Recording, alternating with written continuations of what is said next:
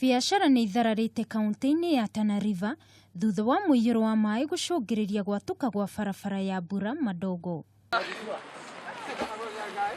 Mũikarĩri gĩtĩ wa rũhonge rwa kĩbũrũri rwa Onjoria na iganda kaunti-inĩ ya Tana River Hassan Wario augĩte ahũri a biacara aya makoretwo makĩgerera moritũ manene na kũgera njĩra ndaya magĩtwara indo ciao taũni-inĩ ya Hola.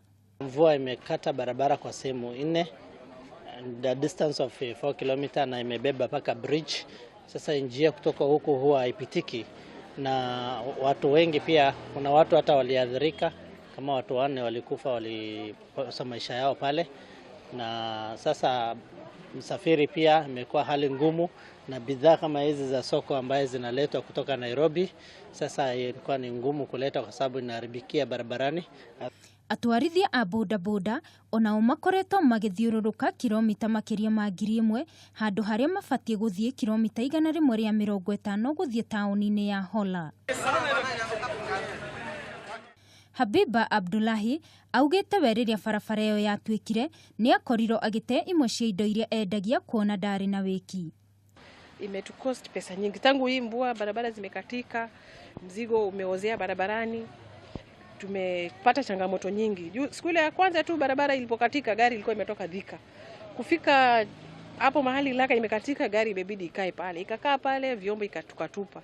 Kama ni ndizi tulitupa pale, kama ni tomato ziliozea pale, sukuma ziliozea pale.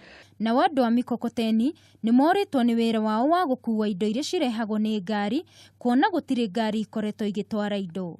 Hata ndio hao unawaona saa hii wamekaa tu, hawana kazi, na tuko na watoto wa shule hapa, masekondari, primary schools, lakini hiyo kazi sasa ya kuwa tubebe hiyo tufanye tupate hiyo pesa ya kumudu hao watoto waende mashule hakuna saa hii.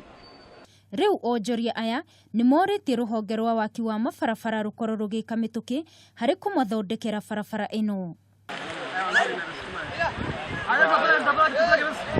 Handũ-inĩ ha Kameme TV, njĩtagwo Wangui wa Mũirũrĩ.